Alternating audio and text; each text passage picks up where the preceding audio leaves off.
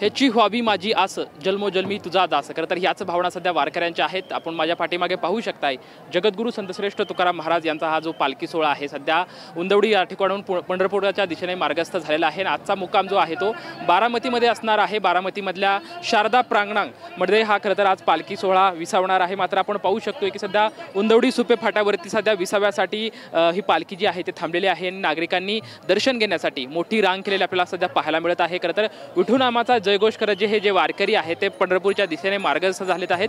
विठ्ठल नामाची जी मात्रा असते ते वारकऱ्यांची क्षणोक्षणाला ऊर्जा वाढवत आहेत। आपण बघू शकता की हा पालखी सोहळ्यातला जगद्गुरू तुकाराम महाराजांचा हा जो रथ आहे तो आकर्षक फुलांनी सजावट करण्यात आलेला आहे।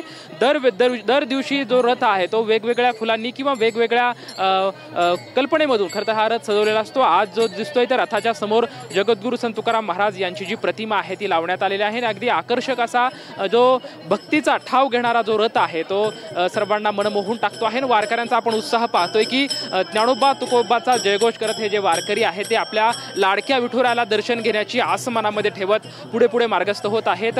काल जो रोटी घाट आहे तो या मार्गावरील म्हणजे पालखी सोहळ्यातली मार्गावरील सर्वात अवघड टप्पा असतो। हा टप्पा पार केल्याच्या नंतर ही पालखी जी आहे ते उंदवडी गावामध्ये विसावलेली होती आणि आज या मुक्कामाच्या नंतर आज जी पालखी आहे ते बारामती कर्हे नदी काठी खरं तर विसावणार आहे। आपण पाहू शकतो की नागरिकांची कशा पद्धतीने मोठ्या प्रमाणात या ठिकाणी गर्दी झालेली आहे। ज्ञानोबा तुकोबाचा जयघोषानं खरं तर आसपासचा परिसर जो आहे तो दुमदुमलेला आहे। टाळकरी असतील, विनेकरी असतील किंवा हे वारकरी असतील अगदी या भजनामध्ये तल्लीन झालेले आपल्याला सध्या पाहायला मिळत आहेत।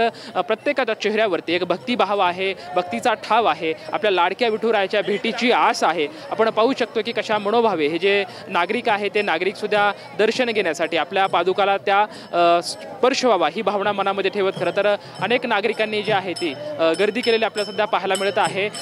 भक्तिभावाने टाळ मृदुगांचा निनाद करत हे सर्व वारकरी जे आहेत ते पंढरपूर दिशेने मार्गस्थ होत आहेत। वारी काय असते तर वारी चैतन्याचा प्रवास आहे, वारी आनंदाचा प्रवास आहे, वारी नाविन्याचा प्रवास आहे आणि वारी खरं वारी म्हणजे सामील झालं तर कुठलाही थकवा येत नाही, वारीमध्ये उत्साह मिळतो। आणि आपण बघतोय की वयोवृद्ध असतील किंवा महिला असतील, पुरुष असतील असे सर्व वयाच्या मर्यादा ओलांडले सर्व वारकरी जे आहेत ते या वारीमध्ये सामील होतात आणि एकंदरीत जो आहे तो आनंद आपल्याला पाहायला या वारीमध्ये मिळत आहे। कॅमेरामॅन अजिंक्य सामंत सोबत लक्ष्मण जाधव, टीव्ही।